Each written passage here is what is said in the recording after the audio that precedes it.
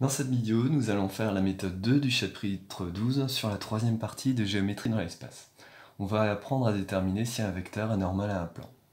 Donc on a 3 points A, B et C de coordonnées données dans un repère, et à la première question, on veut montrer que ces 3 points définissent un plan. Donc chose qu'on a déjà appris à faire donc dans les chapitres précédents de géométrie dans l'espace. Donc pour cela, on calcule les coordonnées des vecteurs AB et AC. Donc ici, pour le vecteur AB, on aura donc 1, moins 2, moins 1, 0, moins 3, donc 3, et enfin 7, moins 5, donc 2. On calcule les coordonnées du vecteur AC de la même façon. Donc on aura moins 4, moins 2, donc moins 6.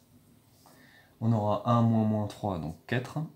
Et enfin, on aura 3, moins 5, donc moins 2. Donc pour montrer que ces 3 points définissent un plan, donc les 3 points AB et C, on va montrer que les vecteurs AB et AC ne sont pas collinéaires.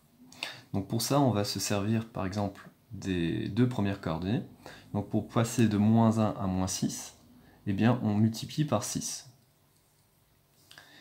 Donc le coefficient de proportionnalité entre les deux serait peut-être 6. Donc pour vérifier cela, prenons la deuxième coordonnée du vecteur AB, multiplions par 6 et on trouve 18. 18 est différent de 4, donc ce qui veut dire que le vecteur AC n'est pas égal à 6 fois le vecteur AB, et donc que les vecteurs AB et AC ne sont pas collinéaires, et par conséquent que les 3 points AB et C ne sont pas alignés, et forment donc un plan. Montre maintenant que le vecteur n de coordonnées 1, 1, moins 1 est un vecteur normal au plan ABC. Pour montrer qu'un vecteur est normal à un plan, il suffit de montrer que ce vecteur est orthogonal à deux vecteurs non collinéaires du plan. Or, on a trouvé à la question précédente deux vecteurs non collinéaires qui définissent le plan ABC, les vecteurs AB et AC. Donc il suffit de calculer le produit scalaire de n avec AB et le produit scalaire de n avec AC. Donc pour calculer le produit scalaire de n avec le vecteur AB, donc chose qu'on a vu dans la méthode 1, on multiplie les coordonnées 2 à 2 de ces deux vecteurs. Donc on aura 1 fois moins 1, donc moins 1, 1 fois 3, donc plus 3, et enfin moins 1 fois 2, moins 2.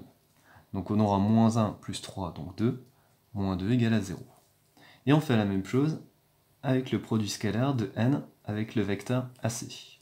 Donc pour n, on a 1, 1, moins 1, et pour AC, on avait trouvé donc moins 6, 4, moins 2.